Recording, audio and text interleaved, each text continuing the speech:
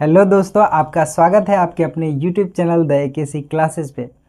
दोस्तों, आज हम लोग इस वीडियो में आर्टिकल्स के अंतर्गत जो ए एन और द आता है उसमें से ए और एन का कहाँ कहाँ इस्तेमाल किया जाएगा, कहाँ पे हम ए लगाएंगे, कहाँ पे एन लगाएंगे, ये सारा आज इस वीडियो में हम लोग पढ़ने वाले हैं।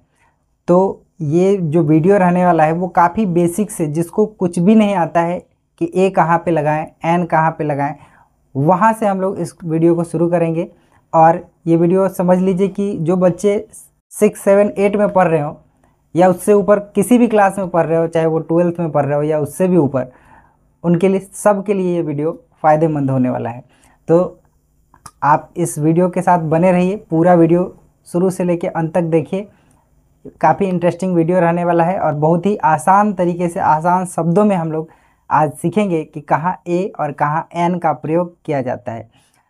इससे पहले दोस्तों, अगर आप लोगों ने मेरा चैनल सब्सक्राइब नहीं किया है तो जाइए जल्दी से चैनल को सब्सक्राइब कीजिए, और वीडियो अच्छा लगे तो वीडियो को लाइक कीजिए, अपने दोस्तों के साथ शेयर कीजिए। दोस्तों, आर्टिकल्स के बारे में अगर बात की जाए तो आर्टिकल्स के अंदर जो है ए, एन और द, ये तीनों आता है। जैसे कि आप यहाँ पे देखिए,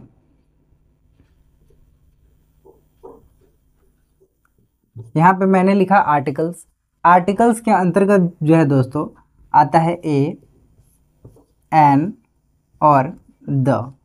तो कहाँ पे हम ए का प्रयोग करेंगे, कहाँ पे एन का प्रयोग करेंगे और कहाँ पे द का प्रयोग होगा, ये सारी चीज़ें आर्टिकल्स के अंतर्गत हमको पढ़ना होता है। जिसमें आज हम लोग इस वीडियो में जो है ए और एन का प्रयोग पढ़ेंगे, उसके बाद अगले वीडियो में हम लोग द का प्रयोग भी पढ़ेंगे।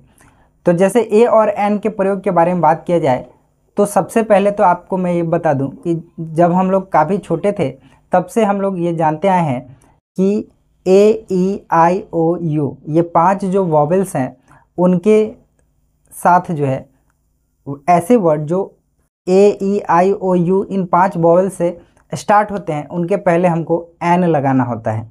उसके अलावा जो बाकी कॉन्सोनेंट्स है 21, उसके सामने जो है उससे पहले हम लोग ए का प्रयोग करते हैं। जैसे कि आपको मैं बता दूं कि कुल मिला के जो है 26 लेटर्स हैं, इसमें से 5 जो है वॉवेल्स हैं, इसके पहले हम लोग क्या लगाते हैं, एन का प्रयोग। और 21 जो कॉन्सोनेंट बच गए, इसके पहले हम लोग ए का प्रयोग करते हैं। लेकिन सभी जगह ये नियम जो है वो सही नहीं होता है। आप कहेंगे कैसे? तो आगे मैं इस वीडियो में आपको बताने वाला हूँ, आपको वो तरीका बताने वाला हूँ जिससे ये जो नियम है वो भी गलत हो जाता है। तो इस छोटी छोटी बातों पे हम लोग ध्यान देंगे, एकदम बढ़िया से, एकदम मज़ेदार तरीके से इस वीडियो को पढ़ेंगे। तो आप वीडियो के साथ पूरा बने रहिए।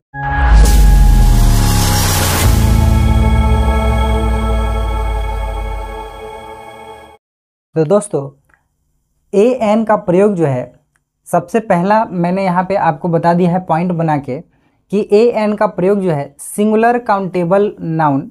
सिंगुलर काउंटेबल नाउन किसको कहते हैं? सिंगुलर यानी कि अकेला। सिंगुलर प्लुरल आप जानते हैं कि सिंगुलर का मतलब होता है जो अकेला हो, प्लुरल यानी कि एक से अधिक। ठीक है, तो सिंगुलर और काउंटेबल नाउन, काउंटेबल यानी कि जिसको गिनती किया जा सके। काउंटेबल नाउन के अंतर्गत जो है कॉमन नाउन और कलेक्टिव नाउन आता है। कॉमन नाउन जिससे पूरे जाति भर का बोध हो, जैसे लड़का, लड़की, कुत्ता, बिल्ली, इस टाइप से। और कलेक्टिव नाउन यानी कि समूहवाचक संज्ञा, जैसे चाबी का गुच्छा वगैरह आप जानते हैं। तो यहाँ पे बताया जा रहा है कि ए एन का प्रयोग जो है वो सिंगुलर काउंटेबल नाउन यानी कि कॉमन और कलेक्टिव नाउन, यहाँ पे मैंने कोष्ठ में इसको लिख दिया है, के पहले होता है। यानी कि अगर सिंगुलर हो और काउंटेबल नाउन हो, गिनती किया जा सके, तो उसके पहले हम ए एन का प्रयोग कर सकते हैं। जैसे कि आप यहाँ पे देखिए, दिस इज़ अ बुक। अब जैसे बुक को गिना जा सकता है, यहाँ पे बुक जो है सिंगुलर है, क्योंकि प्लूरल रहता तो ये बुक्स रहता है यहाँ पे, है ना। तो यहाँ जो है आप देख सकते हैं कि बुक जो है वो क्या है, सिंगुलर है, काउंटेबल नाउन है, गिनती किया जा सकता है, तो उससे पहले क्या है, ए का प्रयोग हो रहा है। Ram is a student. Ram क्या है, एक विद्यार्थी है, इसका भी गिनती हो सकता है, इसलिए इससे पहले किस चीज़ का प्रयोग हुआ है, ए का प्रयोग हुआ है। Dog is an animal. कुत्ता जो है एक जानवर है, तो यहाँ पे देखिए एनिमल जो है उससे पहले एन का प्रयोग हुआ है, क्योंकि कुत्ता का भी गिनती किया जा सकता है। कुत्ता जो है वो कौन सा नाउन होगा, कॉमन नाउन होगा। यहाँ पे आप देख सकते हैं कि जो भी है वो सब काउंटेबल है और सब की गिनती हो सकती है और सभी सिंगुलर है, इसीलिए इसमें जो है ए एन का प्रयोग हुआ है। और आप देख भी रहे हैं कि जो भी कॉन्सोनेंट है उससे पहले ए का प्रयोग हो रहा है, और जो भी अभी तक इसमें आपको वोवेल दिख रहा है उससे पहले जो है एन का प्रयोग हो रहा है। तो इस तरीके से आप इसको नोट कर सकते हैं, समझ सकते हैं कि सिंगुलर काउंटेबल नाउन के पहले जो है ए एन का प्रयोग होता है। इसका अगला रूल आप देख सकते हैं दोस्तों कि अगर नाउन जो है प्लूरल नंबर में हो, यानी कि एक से ज़्यादा हो, अगर नाउन एक से ज़्यादा हो, प्लूरल नंबर में हो, सिंगुलर नहीं हो, तब ए एन का प्रयोग नहीं होता है। ए एन का प्रयोग तब हम नहीं करेंगे, क्योंकि ए एन का प्रयोग जो है सिंगुलर एक अकेली चीज़ों को दिखाने के लिए, दर्शाने के लिए किया जाता है। वहीं पे प्लूरल हो जाने का मतलब है एक से अधिक, तो वहाँ पे ए एन का प्रयोग फिर कैसे होगा। जैसे कि यहाँ पे आप उदाहरण के तौर पे देख सकते हैं कि दीज आर बॉक्सेज, ये जो है बॉक्सेज है, यानी कि डब्बा है बहुत सारा, तो जहाँ पे बॉक्सेज लग गया ये क्या हो गया, सिंगुलर हो, सॉरी ये क्या हो गया, प्लूरल हो गया। एनिमल्स देख रहे हैं एक से ज़्यादा जानवर है, प्लूरल हो गया। डॉक्टर्स एक से ज़्यादा हो गए, प्लूरल हो गया। तो इस तरीके से अगर प्लूरल नंबर में हो, एक से ज़्यादा हो, तब जाके ए एन का प्रयोग नहीं होगा। ठीक है, इसका अगला नियम क्या कह रहा है दोस्तों, आप देखिए कि अगर नाउन जो है अनकाउंटेबल हो, अनकाउंटेबल किसको कहते हैं, जिसको गिना नहीं जा सके, है ना, मापा या तौला जाए, महसूस किया जाए लेकिन गिना नहीं जाए। जैसे कि आप देख रहे हैं कि अनकाउंटेबल में मटेरियल नाउन आता है, एब्स्ट्रैक्ट नाउन आता है, तो ये जो नाउन है इसको गिन नहीं सकते हैं, ये अनकाउंटेबल है। तो अनकाउंटेबल अगर नाउन हो तब भी ए एन का प्रयोग जो है वो नहीं होगा। आप ध्यान दीजिए कि जहाँ पे अनकाउंटेबल होगा, जैसे कि उदाहरण देखिए, दिस इज वाटर। अब पानी को क्या गिना जा सकता है, कोई कहता है कि पानी, एक पानी लाओ, नहीं, 1 लीटर पानी लाओ, 1 ग्लास पानी लाओ, ऐसे बोलते हैं, माप तौल के बताते हैं, ना कि उसको गिनती करके बताते हैं। अगर आप दिस इज राइस, चावल खरीदने जाते हैं दुकान पे, तो आप क्या कहते हैं, 1 किलो चावल दो, 5 किलो चावल दो, 10 किलो चावल दो। ऐसा थोड़ी ना कहते हैं कि 10,000 चावल दे दो, है ना, पूरा दुकानदार पूरा फैमिली मिलके गिनता रह जाएगा, फिर आप ही को देते रह जाएगा चावल। तो इस तरीके से ये चावल हो गया, पानी हो गया, जैसे कि दिस इज गोल्ड, सोना हो गया, इन सब चीज़ों को मापा या तौला जा सकता है, गिना नहीं जा सकता है।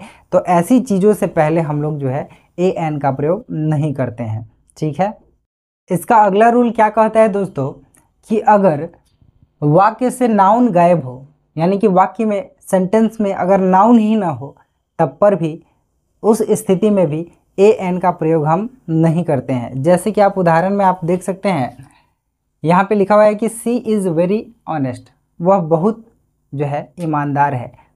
यहाँ पे नाउन है ही नहीं, नाउन के जगह पे प्रोनाउन आ गया है। सी क्या है, एक प्रोनाउन है, यहाँ पे नाउन नहीं है, इसलिए ए एन का प्रयोग आप देख सकते हैं कहीं पे नहीं है। माई मदर इज़ काइंड, मेरी माँ दयालु है। आप देखिए यहाँ पे भी नाउन नहीं है, इसलिए यहाँ पे ए एन का प्रयोग जो है नहीं किया गया है। तो इसलिए आपको याद रखना है कि जहाँ पे, जिस सेंटेंस में नाउन ही ना हो, वहाँ पे भी हम लोग ए एन का प्रयोग नहीं करते हैं। दोस्तों, जो भी मैं आपको बता रहा हूँ और आपको बोर्ड पे दिखा रहा हूँ, आप इन सभी चीज़ों को नोट करते चलिए, ताकि आपको इस चीज़ को कभी भी रिवीजन कर लीजिएगा 1-2 बार, तो आप ए एन के प्रयोग में कभी भी मात नहीं, धोखा नहीं खाइएगा। ये बहुत ही आपके आने वाले परीक्षा में बहुत ही हेल्पफुल रहने वाला है, चाहे कि आप मैट्रिक का एग्ज़ाम दे रहे हो या इंटर का एग्ज़ाम दे रहे हो या किसी भी तरीके का आप परीक्षा दे रहे हो, एग्ज़ाम दे रहे हो, उस स्थिति में आपको ए एन का प्रयोग जो है, द का प्रयोग जो है पूछा ही जाता है, आर्टिकल्स पूछा ही जाता है। उस स्थिति में ये वीडियो आपके लिए बहुत ही रामबाण साबित होने वाला है। तो आप इन सब चीज़ों को नोट करते चलिएगा और समय समय पे रिवीजन करते चलिएगा। तो चलिए अब अगले नियम की तरफ चलते हैं। तो दोस्तों, इसका अगला नियम ये कहता है कि अगर नाउन के पहले एडजेक्टिव हो, एडजेक्टिव किसे कहते हैं, जो नाउन या प्रोनाउन की विशेषता बताता है, विशेषण, हिंदी में इसको विशेषण कहा जाता है। जो नाउन या प्रोनाउन की विशेषता बताता है उसको एडजेक्टिव कहा जाता है। तो अगर कह रहा है कि नाउन से पहले एडजेक्टिव हो, तब ए एन का प्रयोग जो होगा वो एडजेक्टिव के पहले होगा। क्या होगा, एडजेक्टिव के पहले होगा। फिर से सुनिए, जब नाउन से पहले एडजेक्टिव हो तब हम ए एन जो है ना एडजेक्टिव से पहले लगाएंगे। ठीक, और यदि एडजेक्टिव के भी पहले नाउन और प्रोनाउन के पहले, नाउन के पहले एडजेक्टिव है और उससे एडजेक्टिव से भी पहले अगर एडवर्ब हो, क्या हो, एडवर्ब हो, तब हम एन का यूज जो है, एन का इस्तेमाल जो है एडवर्ब के पहले करेंगे। क्या, कहाँ करेंगे, एडवर्ब के पहले। यानी कि नाउन के पहले एडजेक्टिव और एडजेक्टिव के पहले अगर एडवर्ब लगा हो। एडवर्ब किसको कहते हैं, जो वर्ब की विशेषता बताता है, यानी कि क्रिया की विशेषता बताने वाले को क्रिया विशेषण एडवर्ब कहा जाता है। तो अगर एडवर्ब हो तो एडवर्ब से पहले हम एन का प्रयोग करेंगे। जैसे कि आप उदाहरण में यहाँ देख सकते हैं, लिखा है कि दिस इज अ कैट, यह एक बिल्ली है। सिंपल है कि बिल्ली से पहले हम कैट से पहले, नाउन से पहले ए लगा दिए हैं। ठीक, अब आप देखिए this is a black cat, यहाँ पे ब्लैक जो है वो क्या है, एडजेक्टिव है। कैट की विशेषता है कि कैसी बिल्ली है, काली बिल्ली है।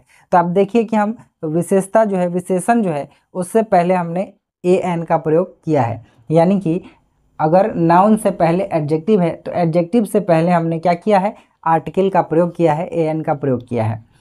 वहीं पे कह रहा है कि अगर एडजेक्टिव से भी पहले एडवर्ब हो, जैसे कि आप यहाँ देखिए this is a very black cat, यानी कि ब्लैक में भी कैसा कैट है, वेरी ब्लैक, बहुत ही ज़्यादा काला, जो काली है वो बिल्ली है। तो कह रहा है कि this is a very black cat. तो आप देखिए नाउन से पहले, उससे भी पहले, उससे भी पहले हम क्या लगा रहे हैं, आर्टिकल लगा रहे हैं। तो आप देखिए इस तरीके से आप इसको नोट कर सकते हैं। बहुत ही आसान शब्दों में मैंने इसको लिख दिया है और ये काफ़ी आपके काम आने वाला है। दोस्तों इसका अगला नियम, और आपसे यूँ कहूँ कि सबसे जो इम्पोर्टेंट, सबसे वीवीआई जो नियम है वो अब मैं आपको बताने जा रहा हूँ। आप एकदम बिल्कुल ध्यान दीजिए, एकदम गौर से सुनिएगा, क्योंकि अगर आप बाकी के जितने भी नियम हैं अगर उन सब को भूल भी जाते हैं, केवल ये एक नियम अगर आपको याद रहता है तो आप ए एन में कभी धोखा नहीं खाइएगा, ए एन का प्रयोग करने में। ठीक है, तो चलिए इस नियम को समझते हैं। यहाँ पे लिखा हुआ है कि ए एन का प्रयोग जो है अपने ठीक बाद आने वाले शब्द के उच्चारण के अनुसार होगा। उच्चारण यानी कि बोलने के हिसाब से। अब उच्चारण कैसे देखेंगे, न कि स्पेलिंग के हिसाब से। याद रखिए कि स्पेलिंग के हिसाब से अभी तक हम लोग देखते थे कि जिसमें ए ई आई ओ यू इन पांचों से अगर स्टार्ट है तो हम क्या करते थे, उसमें एन लगाते थे। बाकी जो कॉन्सोनेंट होते थे उन सब में ए लगाते थे। यहाँ पे आप देख रहे हैं कि ए ई आई ओ यू से जो भी वर्ड स्टार्ट होता था उससे पहले हम क्या लगा देते थे, एन। लेकिन ये चीज़ जो है मैंने आपको शुरू में ही बताया कि सभी जगह एक जैसा लागू नहीं होता है, कहीं कहीं ये चीज़ गलत भी होता है। कैसे गलत हो जाता है वो अभी हम लोग समझने वाले हैं। ठीक है, तो उच्चारण कैसे, उच्चारण तो याद रखिए हिंदी का उच्चारण, जैसे कि आपको पता है कि क ख ग घ से हम लोग जो पढ़ते हैं क ख ग घ च छ ज झ ट ठ र, ये सारी चीज़ें जो है हिंदी में वो क्या है, व्यंजन वर्ण है। क्या है, व्यंजन वर्ण है। वहीं पे अगर हिंदी के स्वर वर्ण की बात की जाए तो वह है अ आ ई ऐसे करके। ठीक है, तो अगर आप ध्यान दीजिए कि अगर हमको उच्चारण करते समय अ आ ई का अगर वर्ण आता है तब उससे पहले हम लोग एन लगाएंगे। अगर क ख ग घ से य ल व तक कोई भी आ जाए, च आ जाए, ट आ जाए, प से किसी दूसरे चीज़ से स्टार्ट हो, तो वैसी स्थिति में हम क्या करेंगे, ए का प्रयोग करेंगे। सिर्फ और सिर्फ स्वर आने पर ही हम एन का प्रयोग करेंगे। अगर व्यंजन आ रहा है तब ए का प्रयोग करेंगे।